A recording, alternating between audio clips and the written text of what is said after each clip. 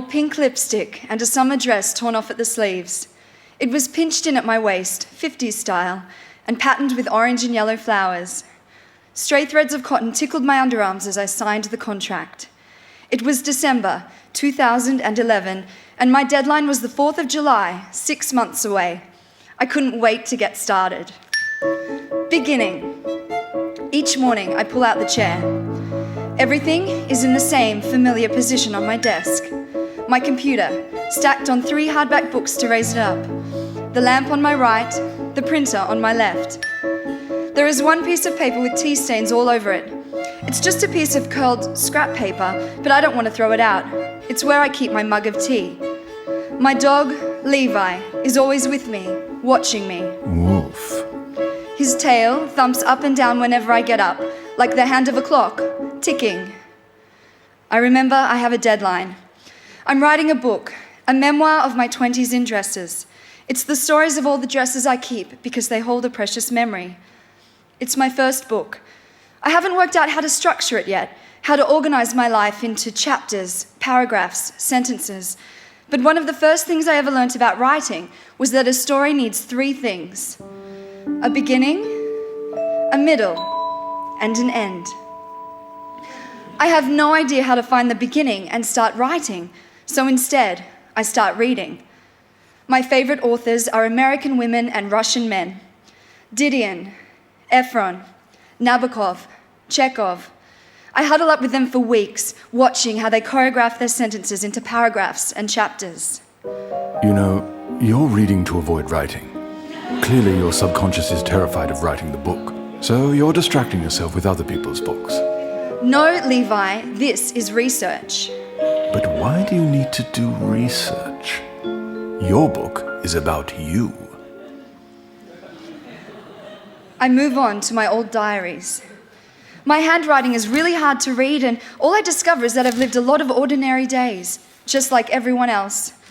I try to find a thread to unravel my life, so I can then sew it all back up into a book. Just begin at the beginning. Where did your obsession with dresses first start, anyway? Childhood, I presume? My mum is a dressmaker. I remember lifting the heavy lid off her sewing machine and being in awe of it. The little needle that makes something out of nothing, that pricks at the fabric and weaves its glimmering magic through it. I sit there amongst all my old notebooks, feeling jealous of dressmakers. They have something to start with, at least. They have reams of material. You have the material too. You've already lived it. Now just put it through your machine and make something that fits. I push him off my lap and stare at the screen. Middle. A story needs 3 things: a past, a present, and a future. It's already almost July. I'm finding it really hard to sift through all these old me's from the past. The more I try to throw light on myself, the more shadows appear. It's obvious I'm not going to make my deadline. I talk to my publisher, and I get another 6 months. And then I fall in love, and I can suddenly see my future. We move in together to a house in the country. We have a garden and a potbelly stove. My boyfriend carries a big desk into the shed and puts up some blinds to block out the sun. I plaster inspirational quotes all around me. Life shrinks or expands in proportion to one's courage. Anais Nin. What good is courage if you never sit down and do the work? Shut up, Levi. I have a proper writing studio now. I can really start. The lamp on my right, the printer on my left. I pull out the chair. I start typing with no idea of where I'm going. After every couple of sentences, I stop. I keep looking up, trying to locate the map in my head of where I'm supposed to be going, but there isn't one. Levi's always present in the room, just like my deadline. As the day goes on, he gets prickly and impatient. He needs to go out for a walk. I look at the clock and feel his anxiety pouring at me, scratching at me. I pick him up and give him a cuddle. I sing snippets of a Kate Bush song to him. I put him down and type another sentence. I stop. I Google how to write a book. A story needs 3 things: an everyday bank account for life in the present, a savings account for life in the future, and a credit card account for all past debts. The first 2 accounts are now at 0, and the last one is at negative 7,000. I am officially broke. You really need to get a job. I have a job, Levi. My job is to write this book. You've been writing the book for a year. You are never going to finish it. You should consider a job in the public service. Levi's right. I need a job that pays. I have fallen into a black hole. I stare at the screen, but I can't type a word. All I can think about is money. I email all my contacts and ask them for editing and writing leads. I type up a new resume and hand it in at every nearby restaurant. I go for an interview at a motel as a cleaner. I wear a dress that makes me happy, blue and green, with a full skirt that opens up when I twirl. I don't get the job. I don't get any of the jobs. I don't twirl. One day, I'm driving and I have a panic attack. I pull over and try to breathe as my heart beats outside of my body like a clock. I feel cold all the time. Every day, I pull a thick white woolen cardigan on over my clothes.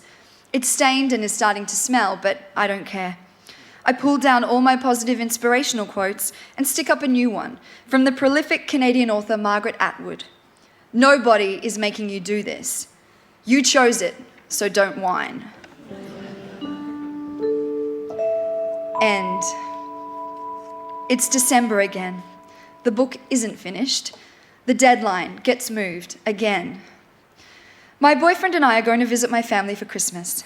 I pack some chocolate Hanukkah money for my nieces and nephews and then go down to the studio to work.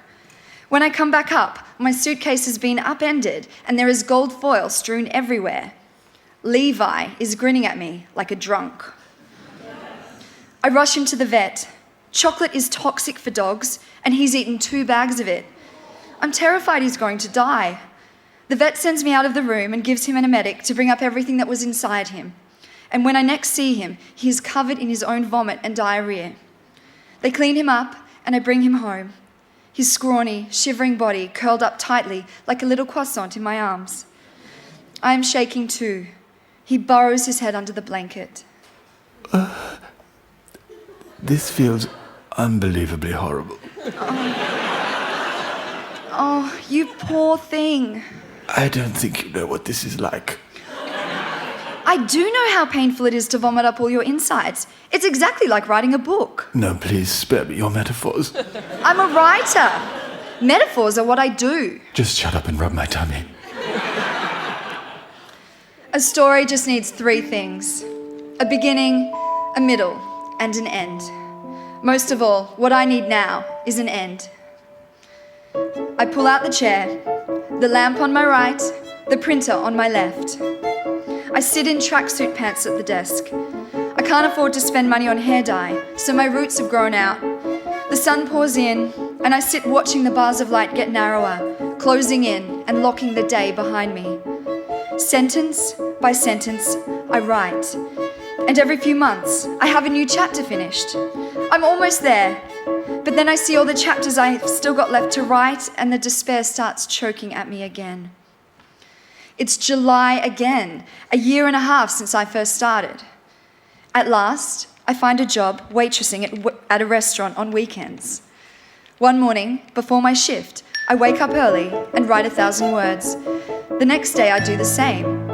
Within a fortnight, I finish the final 2 chapters and send the manuscript to my editor without even rereading it. My hair is greasy and I can feel my toenails growing through my socks. I stand up from my chair. Levi leaps around in circles. So you're finally finished? Let's go for a walk. Yes! I can't believe it, but I'm finished. Really, really finished? Yes! Really finished! The first draft. I brush my hair and put on a dress, and we walk out into the sun. It's a start.